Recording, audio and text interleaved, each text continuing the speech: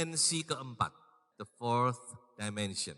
Dimensi keempat ini sebenarnya kita semua sudah alami. Hanya saja kita tidak pernah merenungkan hari itu. Nanti saya akan tunjukkan bahwa dimensi keempat ini sangat penting. Terutama bagi kita umat Tuhan.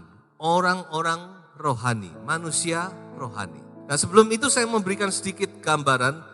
Dimensi yang keempat itu identik dengan apa? Ada beberapa identik. Ya. Yang pertama, dimensi keempat itu adalah identik dengan dimensi roh. Kita semua hidup dalam dimensi fisik yang bisa diraba, bisa dilihat. Tapi dimensi keempat ini alam roh. Tidak bisa diraba, tidak bisa dilihat, tapi nyata. Atau identik dengan dimensi supranatural.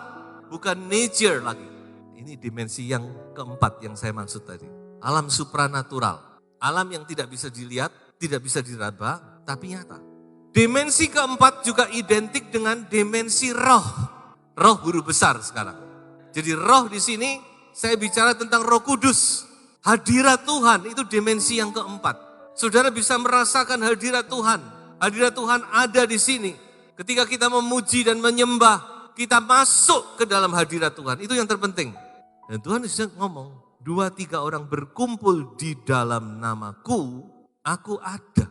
Itu jelas. Dan Tuhan tidak akan ingkar janji. 2-3 orang berkumpul di dalam namaku, aku ada, I am. Aku ada yang aku ada. I am that I am. Itu nama yang dia perkenalkan kepada Musa. Dan Yesus kata, I am. Aku hadir artinya. Hanya seringkali kita tidak bisa masuk ke situ. Makanya sidang jemaat, ayo ketika Anda beribadah, yang terpenting jika kita memuji menyembah Tuhan, masuk dalam dimensi roh itu. Ya, harus kerjasama. Di atas mimbar, di bawah mimbar, kerjasama. Dimensi keempat adalah identik dengan dimensi iman. Iman itu apa? Iman itu adalah bukti dari apa yang belum nampak, belum nyata. Dasar dari apa yang kita harapkan. Ibrani 11 ayat yang pertama. Belum ada, tapi kita percaya. Nah, dimensi iman ini kan sering kita bergerak di situ kan. Hanya saja kita tidak sadar. Ya, lawan daripada dimensi iman adalah dimensi logika, dimensi akal. Kalau kita bergerak dalam dimensi akal, itu sudah biasa. Lihat baru kita percaya. Itu kan dimensi akal, ya toh? Punya duit baru bangun, itu dimensi akal. Tapi dimensi iman ini enggak punya duit, berani bangun. Dan orang percaya dibawa oleh firman Tuhan untuk masuk ke situ. Untuk mengalami Tuhan kita itu Tuhan yang luar biasa. Pendeta Yonggi Cho pernah sekian puluh tahun yang lalu terkenal satu tulisannya The Fourth Dimension. Dimensi yang keempat. Di situ dia menyaksikan bagaimana dia membangun gerejanya yang waktu itu terbesar di Korea. Bisa memuat sekian ribu orang. Kalau sekarang mungkin sudah banyak gereja besar di Korea. Dari nol. Dari awal dia cuma ibadah di kemah. Waktu itu perang Korea baru selesai. Semua gak punya duit. Pemerintah juga gak punya duit. Dia mulai pekerjaan Tuhan hanya beribadah di kemah. Tapi luar biasa Tuhan mengadakan hal yang luar biasa. Sampai dia bisa membangun di dimensi ini. Dimensi yang keempat ini. Dengan identik dengan hal-hal yang sudah saya sampaikan ini ya. Nah sekarang saya mau tunjukkan kepada Bapak Ibu Saudara. Betapa pentingnya peranan dimensi yang keempat ini. Saya mau ambil contoh dari gereja mula-mula yang tercatat di dalam Kisah Para Rasul. Tapi itu juga kita bisa alami dalam hidup kita. KPR pasal 2. KPR itu Kisah Para Rasul. Ini adalah awal mula murid-murid dibawa masuk ke dalam dimensi yang keempat itu. Dengan peristiwa baptisan Roh Kudus. Mengapa kita perlu dibaptis oleh Roh Kudus? Bukan sekedar untuk berbahasa lidah. Tapi baptisan Roh Kudus itu seperti membuka tirai kita untuk kita melihat sebuah ruangan yang baru, yang luar biasa di situ, yang unlimited di situ melalui pengalaman baptisan Roh Kudus ini. Ini awal mulanya murid-murid mengenal yang namanya dimensi roh, dimensi supranatural. Dan mereka tidak punya persiapan. Mereka juga tidak tahu apa yang akan terjadi. Pokok mereka doa, Tuhan Yesus ngomong tunggu di loteng Yerusalem. Mereka tunggu berdoa sampai tiba hari Pentakosta, Tuhan nyatakan semuanya. Di situ baru mereka mengerti, Oh ini toh yang dimaksud dengan Pentakosta itu.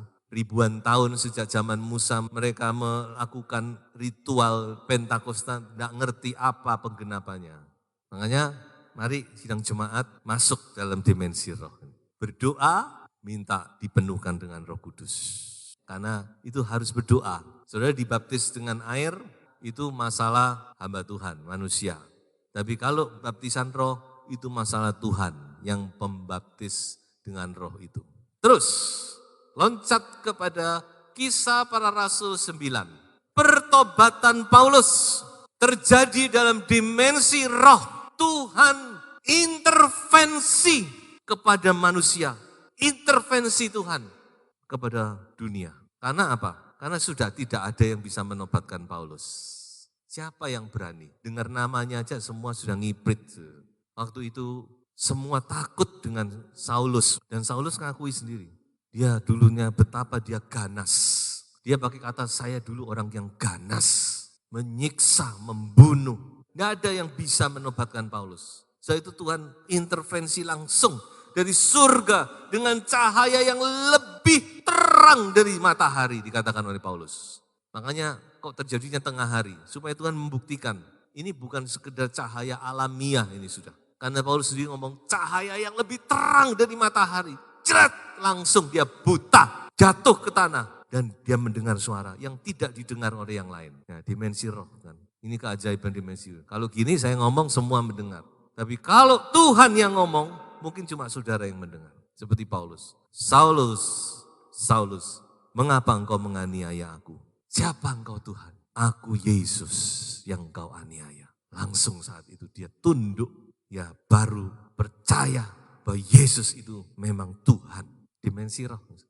Next, KPR pasal 10. Kembali kita melihat sekarang Petrus. Allah berurusan dengan Petrus. Juga dengan dimensi yang keempat ini.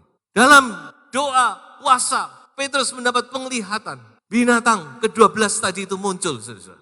Petrus alami peristiwa yang luar biasa. Mengapa kok harus demikian?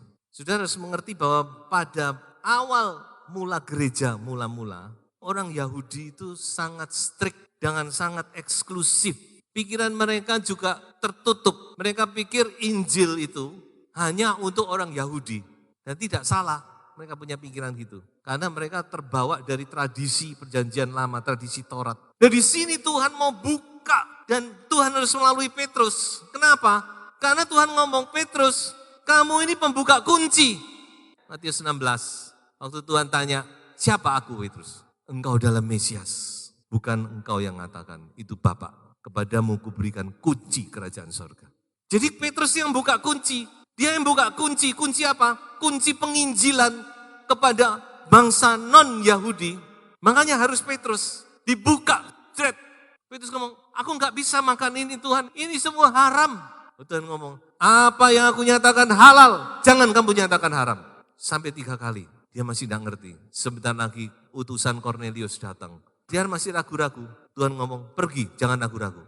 Pergilah dia ke rumah Kornelius, orang Romawi. Di situ Tuhan bekerja luar biasa. Tidak usah didoakan, baru Petrus bicara tentang Injil. Mereka penuh dengan Roh Kudus. Kemuliaan Tuhan dinyatakan. Situ Paulus ngeh. Dan saudara pengalaman ini yang menyelamatkan Paulus. Nanti saudara lihat di Kisah Rasul 15, Paulus pernah diadili. Kenapa kok kamu beritakan Injil kepada orang kafir? Konsili di Yerusalem. Paulus tidak bisa ngomong. Salah satu yang menyelamatkan Petrus. Dia bangkit berdiri, dia ceritakan pengalamannya. Orang tidak bisa ngomong. Kalau tidak ada Petrus, saudara dan saya tidak akan selamat. Tahu hubungannya saudara? Karena kita adalah non-Yahudi. Orang-orang kafir. Menurut Taurat. Kembali kita melihat bukan betapa dimensi ini penting. Next, KPR pasal 13. Paulus dan Silas diutus. Pertama kali mereka memberitakan Injil. Misi pertama ini. Kita tahu Paulus mengadakan misi 3 kali misi penginjilan di Kisah Rasul. Misi pertama itu bukan karena Paulus ingin pergi, saudara. Bukan. Bukan Paulus ini suka jalan-jalan. Tidak. Saudara. Tapi Allah yang mengutus. Lewat doa dan puasa, sendirikan Paulus dan Barnabas. Aku punya tugas. Lalu mereka didoakan oleh tua-tua gereja. Dan kemudian mereka pergi menginjil. Mulailah Injil itu disebar ke seluruh dunia. Kalau tidak ada Roh Kudus, tidak ada dimensi, tidak ada campur tangan Roh Kudus, tidak ada yang namanya penginjilan. Next, Kisah Rasul 16. Perhatikan saudara. Penginjilan kedua menyusul. Dan sudah tahu penginjilan kedua ini Tuhan tidak berlama-lama. Langsung Injil itu sama Tuhan dibawa ke Eropa. Sebenarnya Paulus tidak mau ke Eropa. Jadi selama ini Paulus itu bergeraknya cuma di Asia. Dan Paulus penginjilan kedua ini dia maunya masuk ke atas. Yang sekarang jadi negara ini semua Turki sekarang. Soalnya Paulus mau ke atas, ke Asia, masuk ke dalam. Tapi sama Tuhan dicegah. Dia jalan lagi, coba lagi masuk, dicegah. Jalan lagi masuk, dicegah. Sampai dia tiba di Troas. Nah ini Troas. Di situ Paulus habis akal, dia nggak tahu apa sih maksudnya Tuhan ini. Kok dicegahi terus. Sampai di Troas, Paulus dapat penglihatan. Ada orang melambai-lambaikan, orang Makedonia. Makedonia itu sekarang Yunani. Dilambai, ayo Paulus tolong kami kemari. Langsung dia ngerti, oh Tuhan mau kita nyabrang ke daratan Eropa. Jadi misi kedua itu Injil langsung dibawa ke Eropa. Dari Makedonia turun terus ke Korintus. Ini pusat kebudayaan dunia waktu itu.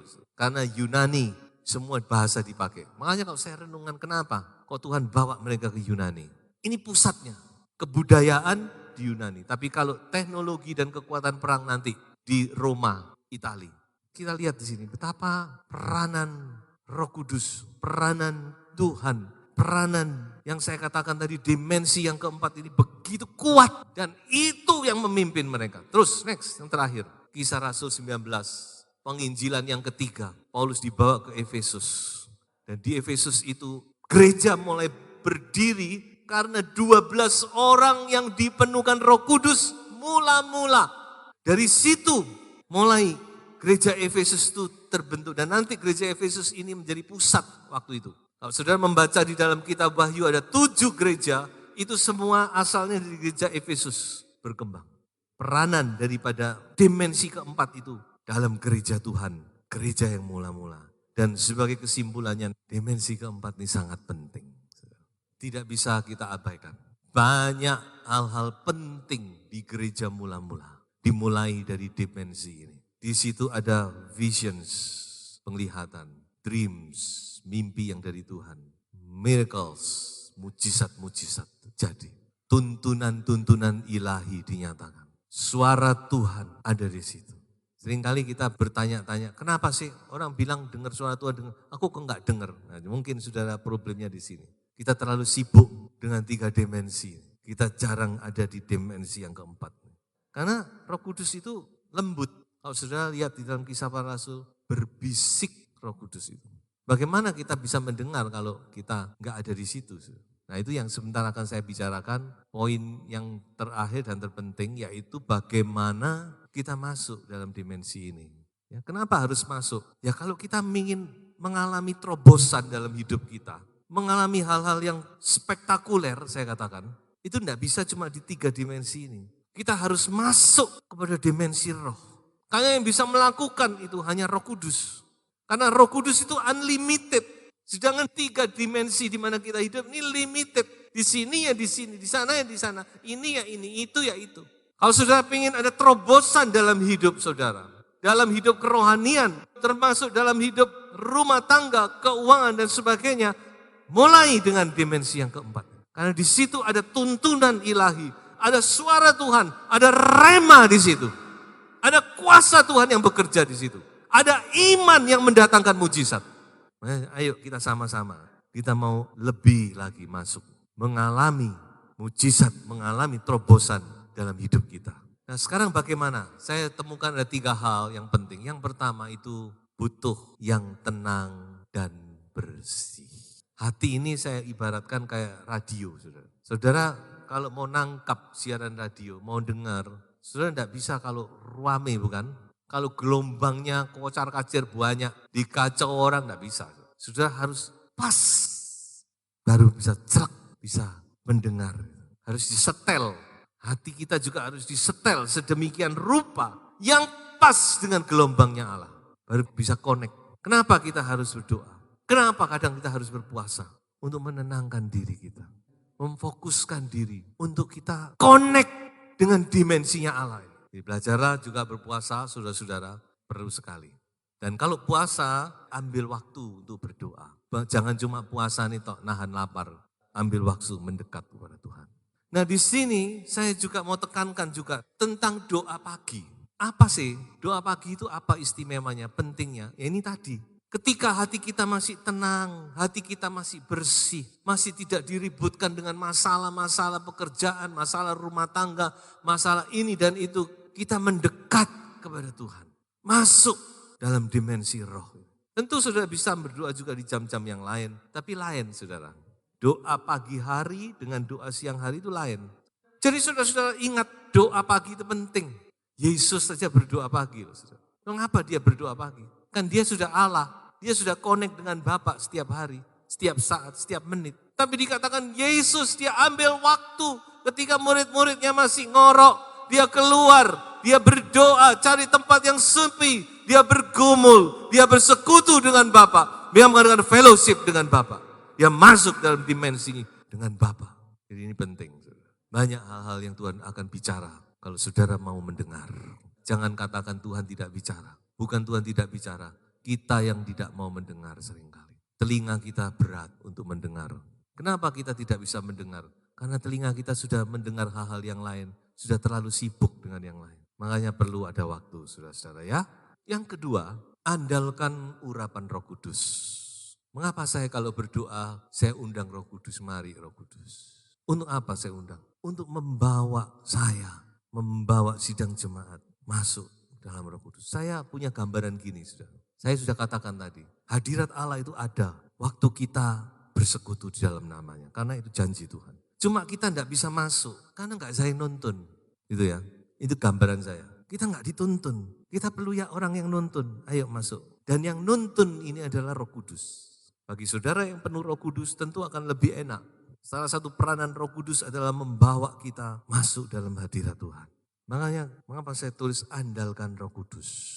Saya ingin baca Yohanes 16 ayat 13, 14, 15. Ini adalah pekerjaan Roh Kudus. Coba kita lihat dan setelah saudara mendengar paparan saya, saudara lihat ini bagaimana Roh Kudus itu berperanan sekali dalam hidup kita. Tetapi apabila ia datang, yaitu Roh kebenaran, ia akan memimpin kamu ke dalam seluruh kebenaran. Sebab ia tidak akan berkata-kata dari dirinya sendiri, tetapi segala sesuatu yang didengarnya itulah yang akan dikatakannya. Dan ia akan memberitakan kepadamu hal-hal yang akan datang. Stop dulu di sini. Roh Kudus memimpin kita kepada seluruh kebenaran. Menyampaikan apa yang didengar. Apa yang didengar Roh Kudus, saudara-saudara? Conversation in the heaven. Percakapan Bapak dan anak. Karena Roh Kudus ada di dunia. Itu yang dia dengar. Sesuatu yang kita tidak bisa jangkau dengan pikiran kita. Sesuatu yang di alam roh. Sesuatu yang di tempat yang maha tinggi. Itu yang di Roh Kudus dengar. Dan itu yang dia sampaikan. Apa enggak hebat ini? Dan dia memberitahukan hal-hal yang akan datang. Next, 14. Ia akan memuliakan aku, sebab ia akan memberitakan kepadamu apa yang diterimanya daripadaku. Jadi sekali lagi saudara, Roh Kudus itu menyampaikan apa yang Yesus katakan untuk kita. Next, 15. Segala sesuatu yang Bapa punya adalah aku punya. Sebab itu aku berkata, ia akan memberitakan kepadamu apa yang diterimanya daripadaku. Jadi peranan Roh Kudus itu penting. Mari sidang jemaat masuk. Dan poin yang ketiga terakhir adalah worship and words. Penyembahan dan firman. Ini tidak bisa tidak. Ini kunci untuk kita mengalami hadirat Tuhan. Kunci untuk kita masuk kepada dimensi ini. Penyembahan dan doa. Penyembahan, worship and words. Paling baik, paling mantap firman itu saudara baca sesudah saudara menyembah Tuhan. Itu bisa masuk firman itu. Kita bisa baca firman di segala saat tentunya. Tapi kalau didahului dengan worship. Atau bahkan diakhiri dengan worship. Firman itu akan menjadi bagian kita. Sebab itu sebagai kesimpulan dari khotbah. Maukah Anda mengalami hal-hal yang besar, mengalami terobosan-terobosan dalam hidupmu, masuklah, hiduplah, dan bergeraklah dalam dimensi yang keempat ini bersama dengan Roh Kudus. Tuhan Yesus memberkati.